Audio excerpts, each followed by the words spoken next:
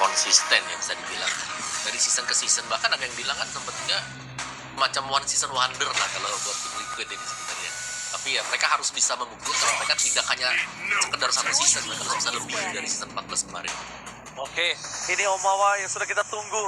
Permainan antara St. Lucas versus Coach Do yang akan menentukan sangat mahal untuk match kali ini. Kita langsung menuju ke arah drafting. Alright, let's go.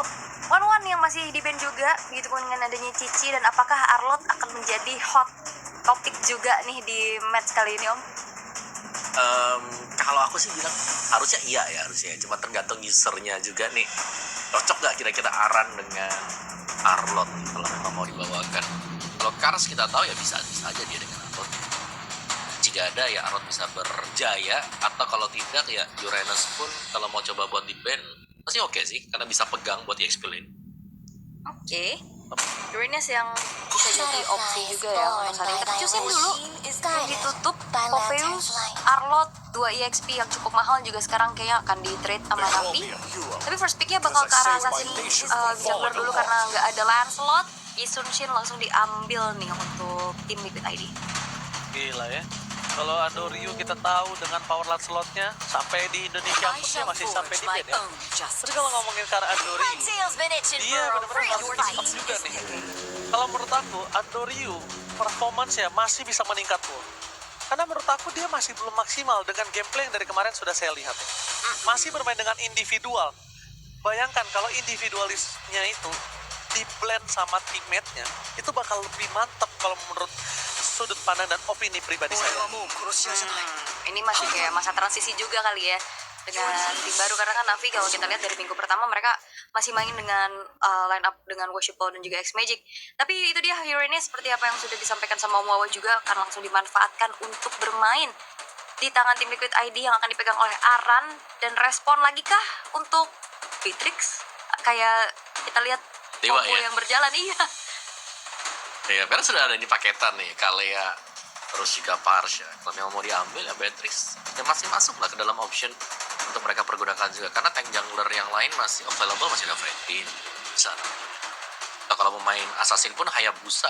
Tapi untuk Hayabusa sendiri bisa dipakai memang dan diambil untuk bisa berhadapan dengan Insurgency. Tadi aku bilang kayak Hayabusa sebenarnya cukup rumitnya kalau ketemu dengan Uranus, karena kan damage share-nya nggak pasti langsung bisa kembangin. Dan Tapi tetap ya, coba untuk dimanfaatkan power assassin-nya juga bagi Andoryu.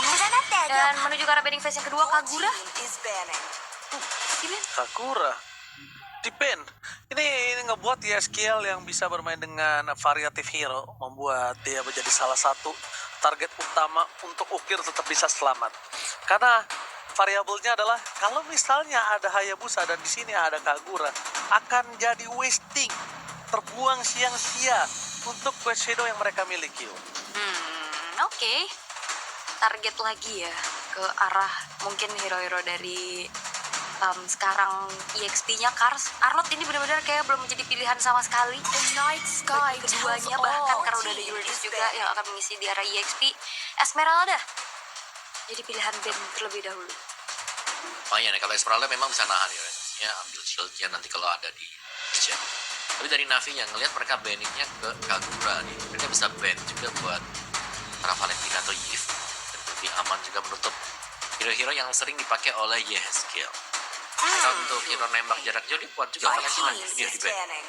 Yap, tapi kalau ngomongin hero nembak jarak jauh, aku inget Novarianya Yeskiel. Nova ya? Iya. Kalau dulu kombonya sama Granger juga kan, kayak benar-benar serangan jarak jauh. Tapi ya hero-hero dari Kars yang kalau kita lihat sekarang udah dipersempit juga semenjak laku-lakunya di ban. Kalau Arlot dipilih di sini, akankah menjadi komposisi yang baik Om untuk Navi? Kalau aku sebenarnya suka-suka aja ya buat Arlot, tapi kayaknya dari Navi sendiri mereka butuh badan biar Portable parah. ya? Ranger dulu, alright. Bukan Matrix ya, Ranger. Granger dulu ya, oke. Aku juga lebih setuju Arlot sih lebih tepatnya ya. Karena pertama, ini akan ngebuat siapapun dari tim Liquid ID yang mencoba untuk maju ke depan. Karena kondisinya, kalau lampu-lampu ditutup bukan hanya untuk Kars, tapi juga akan ada mid laner yang positioning. Mungkin If akan di tangan dari Yeskiel. Itu juga, karena kalau kita lihat dari 3 pick di awal, itu hero yang sangat sulit untuk ditangkap sama lampu-lampu. Kalau dia concern ke arah lampu-lampu, berarti bisa Ground ke by arah heaven's backlight mandate. insurance. My legacy Oh, shall itu dia. endure. Hero yang gampang banget dimakan sama lampu-lampu. Pasti. Karena kalau ngomongin cars, antara lampu-lampu yang menjadi powernya dia juga, ini terlalu banyak hero EXP laner untuk ditutup. Oke.